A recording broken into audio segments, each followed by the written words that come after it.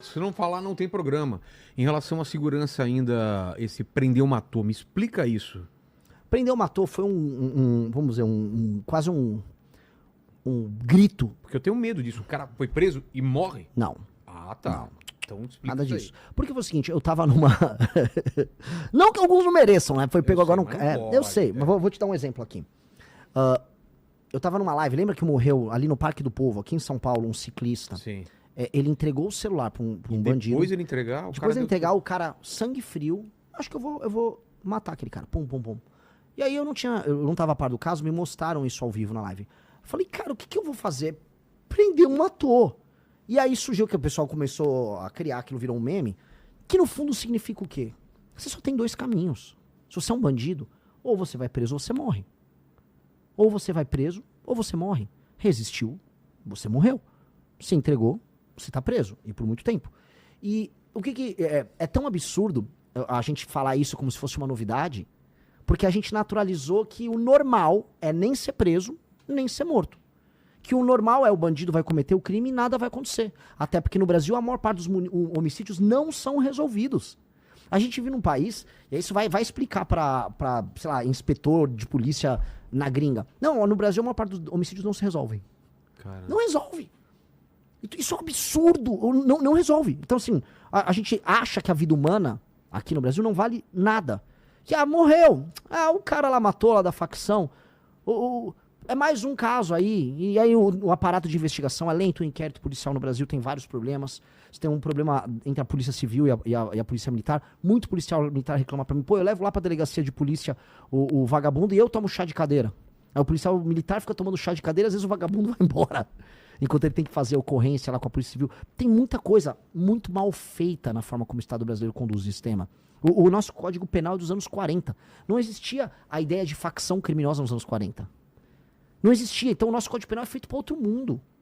É um outro mundo. A ideia de uma facção criminosa que vai fazer ocupação territorial para distribuir serviços que o Estado ou empresas que são concessões provém, tipo Gatunete, como gás, não existia nos anos 40. Então, o legislador, a nossa legislação é velha. Ele não é sobre, vamos dizer, você vender a droga aqui. É sobre você pegar uma droga que vem da Bolívia, ela passa pelo Mato Grosso do Sul, ela passa por São Paulo e ela é enviada para a Europa pelo Porto de Santos. Ninguém nem precisou consumir aquela cocaína aqui. Mas o PCC ganhou por conseguir colocar em território europeu, ou na África, ou nos Estados Unidos, droga. E aí ele ganha muito. E aí esse dinheiro é reinvestido aqui. Por isso que o PCC tem toda uma operação gigantesca de lavagem de dinheiro. Posto de gasolina, Posto de gasolina, contrabando, cara, empresas de hedge fund, né? Putz. Eles estão no mercado financeiro. Bet. Eles montaram funk. MC Rian foi preso. Lavagem de dinheiro usando show. Ou seja, todo um aparato multibilionário de lavagem de um dinheiro que, dentre outras coisas, vem da exportação da droga. Por que isso não para o Brasil, cara? Por que a gente não faz alguma coisa para não virar um narco-estado? Por que, tipo, não vai dar em nada isso, daqui a pouco o pessoal esquece? Pelo mesmo motivo que as pessoas não ligam para não ter saneamento básico no Maranhão. Todo mundo naturalizou. Nós naturalizamos o absurdo. E a gente só percebe que é absurdo quando a gente pega um avião e vai para outro país e fala, nossa, a vida não precisa ser assim. Só que quantos brasileiros têm dinheiro para ir para outro país ter esse choque? Andar de madrugada sem nenhuma preocupação de ser nenhuma. assaltado. E assim, uma dica pra galera que é brasileira. Se for para Buenos Aires, se for para outros países do terceiro mundo, se for para Lima, no Peru, é melhor. Já sente diferença. Entendeu? Então assim, a vida não precisa ser assim. Só que as pessoas não entendem. As pessoas, infelizmente, naturalizam. E mais, você vai naturalizar quando até a mídia, quando até seus professores na faculdade, quando todo mundo fala pra você que é pra você naturalizar. Que é pra aceitar que a favela é parte de você, que você é um favelado também. Que a tua cultura tem que ter o funk, que tem que ter lá a Bruna Marquezine rebolando com o cara. Que é aquele bando de gringo, filha da mãe, canalha, vagabundo que vai lá na favela. Não sei se é uma Rocinha, no Rio de Janeiro. Aí entra aquela música, boa noite, povo. Aí vem um drone, aí mostra o drone indo embora. Nossa, estou numa favela. Eles vêm fazer esse turismo da pobreza com a gente. E a gente aceita porque a gente acha que isso é ser Brasil. Aqui é Brasil. Não, cara, nenhum lugar sério permite isso. Nenhum lugar sério aceita isso na própria identidade. Só que a gente é forçado a acreditar. A favela venceu. A favela venceu. A favela nunca venceu. A favela nunca venceu. Aquelas pessoas precisam se tornar cidadãos, elas precisam ser donos do título de propriedade, elas precisam ter rua arborizada, a criancinha tem que ir na escola tranquila que não vai ser assaltada, que não vai ver um canalha de uma gangue, como pegaram agora, que estuprou meninos de 7 e 10 anos, que quando chegar na escola não vai ter um cara vendendo droga na porta da escola, que quando ele vai ter aula, o professor vai ter autoridade pra mandar calar a boca o aluno que não tá se comportando direito, porque os professores não estão aguentando mais, que a escola vai premiar os alunos que tiverem o melhor desempenho, as famílias vão ser premiadas, que esse aluno depois vai poder voltar pra casa dele, numa boa, tranquilo, e encontrar a mãe dele que vai ter um emprego, o pai dele, e que essas pessoas vão ter pego um bom transporte pra ir e voltar. Essa é a imaginação de um Brasil decente na favela. Isso é fazer a favela vencer. A favela vencer, a favela deixar de ser favela. A partir do momento que a favela deixou de ser favela, a favela venceu. Ela virou outra coisa, uma lagarta que virou uma borboleta. Ela virou outra coisa. A favela só vence se ela não for favela. Não existe vitória num lugar em que as pessoas, em 2026, pegam tuberculose, porque elas vivem em becos, e aí a umidade é muito alta, e aí elas desenvolvem, e aí tem mofo e tal, e elas ficam com tuberculose, cara. 2026. Isso não é vitória. Pois é. Então não dá pra acreditar em nada disso. Assim, só que nós precisamos, assim, de um presidente, aí eu falo por quê da minha pré-candidatura, de um presidente que aponte, assim, isso tá tudo errado, e não aponte como meme. Eu entendo que as pessoas talvez imaginavam que o Bolsonaro fosse fazer isso. Outras pessoas no passado, quando era criança, imaginavam, o Enéas era isso. Eu lembro que eu fiz meu pai votar no Enéas. Porque você imaginava que alguém vai botar ordem na coisa. Só que não adiantou. As pessoas na época não acreditaram no Enéas, e o Bolsonaro, as pessoas acreditaram demais. E ele dava todos os sinais que ele próprio tinha essa mentalidade da favela que eu tô falando aqui. A mentalidade da leniência com o errado. Porque ele próprio errava muito na vida pessoal dele, na vida profissional, na vida política dele, os filhos dele também, e as pessoas foram aceitando. Pois bem, tem que chegar alguém que vai ser presidente da República e vai explicar, esta cultura tem que deixar de existir. Se a gente quiser ser um país sério. Se você quiser, você mora num lugar muito humilde no interior do Maranhão, no interior do Piauí, entenda, não existe essa lógica que você vai receber um emprego da prefeitura só pra receber, pra trabalhar e apoiar o prefeito. Entendeu? Você que é uma pessoa de 25 a 30 anos, não existe essa ideia de que você vai receber Bolsa Família sempre. Porque uma hora vai acabar o dinheiro do cara, sei lá, do Paraná, que é motoboy e que tá trabalhando. Não dá. Alguém vai ter que falar que este tipo de Brasil não dá pra existir. A gente vai ter que mudar. Isso se o Brasil quiser existir. Porque não vai dar pra ficar por muito tempo tendo um país em que o motoboy aqui em São Paulo, que tá assistindo a gente, que tá ralando, ele vai ter que pagar um valor absurdo pra comprar um celular, que pode ser roubado no outro dia no meio da rua, e boa parte dos impostos estão sendo pra pagar, estão indo pra pagar um show do Wesley Safadão numa cidade como Cochichola, de 1.800 habitantes, 1.800 habitantes no interior da Paraíba, que pagou 1,3 milhões pro Safadão fazer um show. Isso é um pacto que não tá fazendo sentido. Faz sentido pro Safadão, que disse que não tem problema nenhum. Se alguém chamar ele pra fazer um show, ele fazer um show numa cidade que não tem nenhuma capacidade de se autossustentar. Agora não faz sentido, sei lá, pro Wesley, que é motoqueiro, que tá ralando, e pra ele não existe 6 por 1, pra ele é 7 por 0, fazendo a grana dele e pagando imposto absurdo pra comer. Não tá dando. Eu tô do lado do Wesley, não Safadão, eu tô do lado do Wesley motoqueiro. Entendeu? Então eu tenho que escolher um time. O Wesley motoqueiro e não o Wesley Safadão. O Wesley motoqueiro paga o imposto que sustenta o Wesley Safadão, que sustenta o ministro do STF, que sustenta os juízes com super salário, que sustenta a ONG de direitos humanos. Eu tenho que escolher um time. E o Wesley também. E aí tem que chegar alguém na presidência e falar, vou fazer isso, isso, isso, isso. Vai doer, mas a gente muda o Brasil se fizer. E o exemplo do Bukele? O que dá pra aprender com o cara? E o que é perigoso pro Brasil? O Bukele,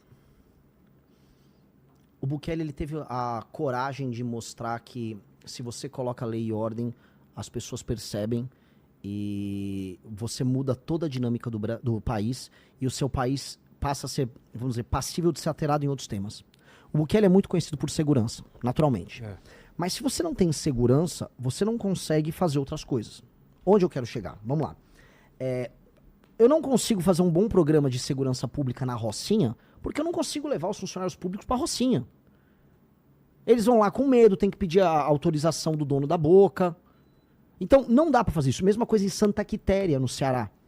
Todos os serviços públicos são mitigados. Então, eu não consigo fazer as outras coisas que o Estado precisa fazer, ou que a iniciativa privada precisa fazer, porque você não resolve o básico. É a mesma coisa assim. Eu não consigo pedir pra você escrever um artigo ou fazer seu programa enquanto eu estiver te dando porrada física.